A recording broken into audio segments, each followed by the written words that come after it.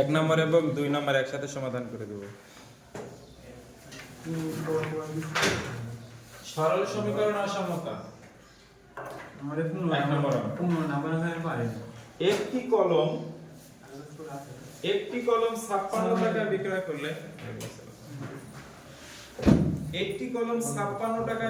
করলে শতকরা ব্যয় সমান টাকা লাভ হয়। তাহলে ব্যয়ের পরিমাণ কত? আপনাদের এই সাইডে না সেম একই প্রশ্ন টাকার অ্যামাউন্ট একই। একই অঙ্ক আমি দেখছিলাম 56 টাকার একটা অঙ্ক ছিল। এটা 5 নাম্বার। আচ্ছা আচ্ছা, টাকার অ্যামাউন্ট একই না? আচ্ছা, তাহলে দ্বিতীয় নম্বর অঙ্কে আসি। দ্বিতীয় নম্বর,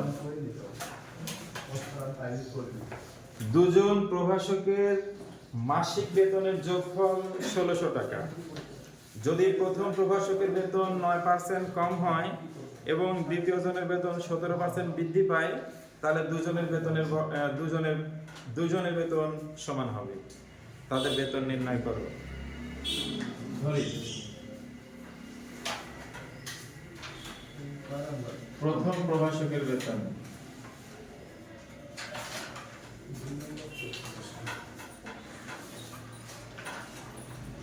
X, দ্বিতীয় প্রভাষকের বেতন Y,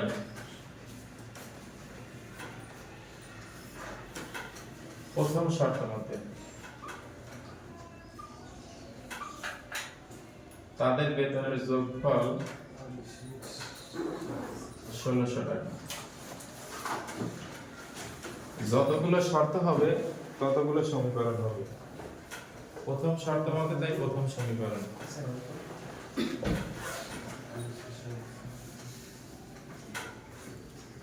দ্বিতীয় শর্ত মতে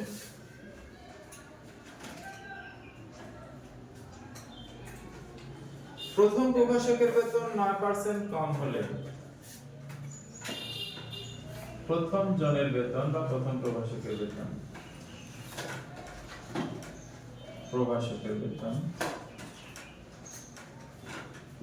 9% কম হলে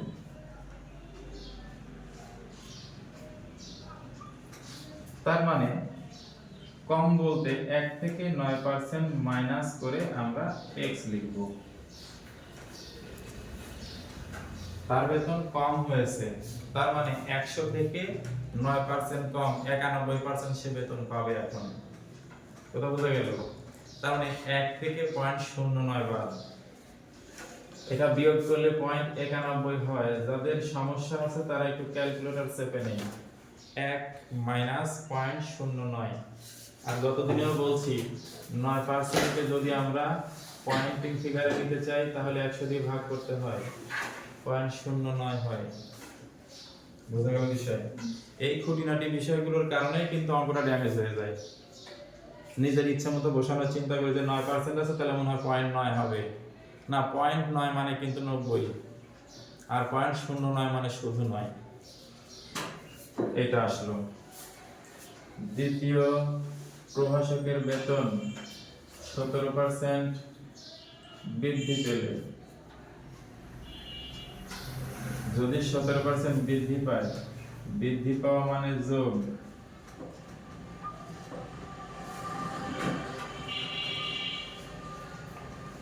দ্বিতীয় প্রভাষকের বেতন 17% বৃদ্ধি পায়, বৃদ্ধি না পাইলে যোগ হয় না, তাই বৃদ্ধি পেলেই যোগ হয়ে গেল। তারা আমাদের বলছে দ্বিতীয় শর্ত মতে যে তাদের বেতন যদি এই অবস্থায় হয় তাহলে তাদের বেতন সমান হবে। সমান হবে কিভাবে? 91x 1.17y। এবার আমরা বলতে পারি x সমান সমান 1.17y divided by 0.91, সমীকরণ নাম্বার 2।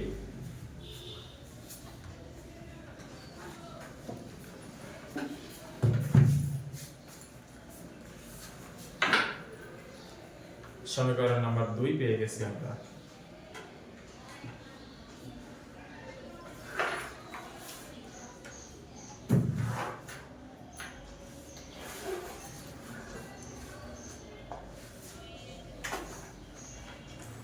ক্লিয়ার?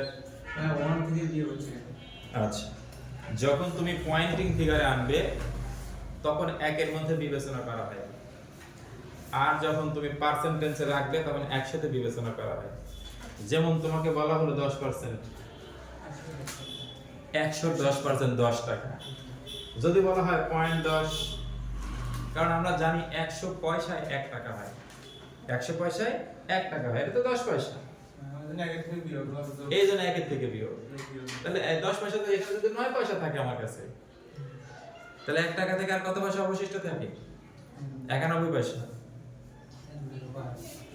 মুছে দিলাম। এবার আমরা আসি x এর মান 1 নাম্বার সমীকরণে বসিয়ে পাই।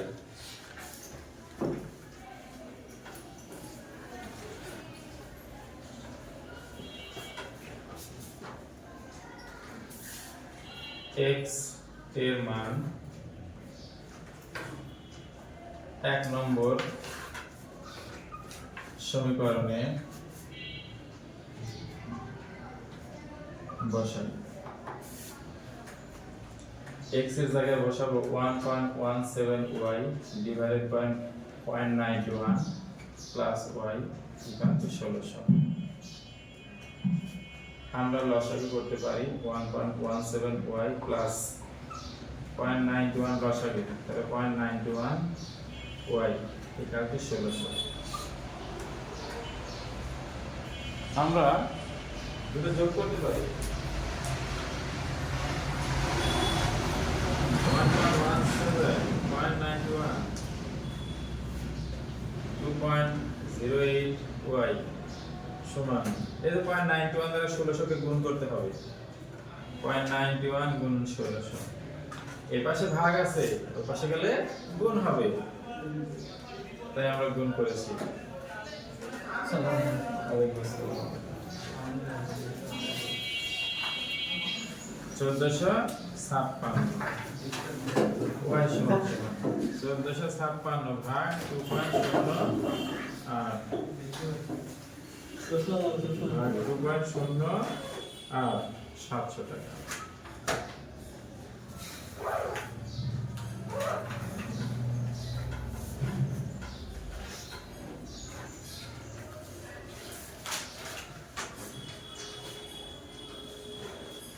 স্যার আপনি এটা সমাজ বিজ্ঞান বলেছে,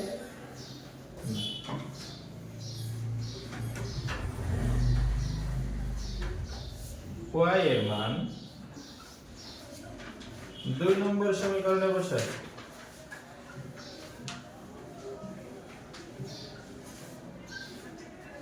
কেউ যদি মনে করে আমি 1 নম্বর সমীকরণে বসাবো, সাইড পরিবর্তন করলে উত্তর হয়ে যাবে, আবার 2 নম্বর সমীকরণে বসালে উত্তর হয়ে যাবে। 1.17 গুণন y এর মান 700 ভাগ 0.91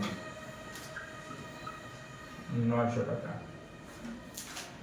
অতএব প্রথম প্রভাষকের বেতন 700 টাকা, 900 টাকা, দ্বিতীয় প্রভাষকের বেতন 700 টাকা।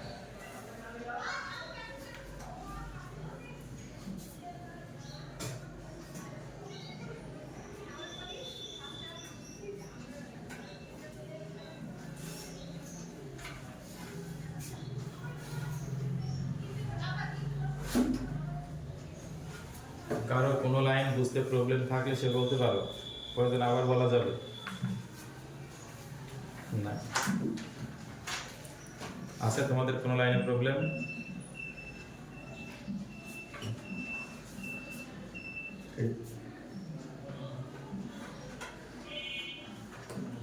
এখানে 92 পয়েন্ট হবে,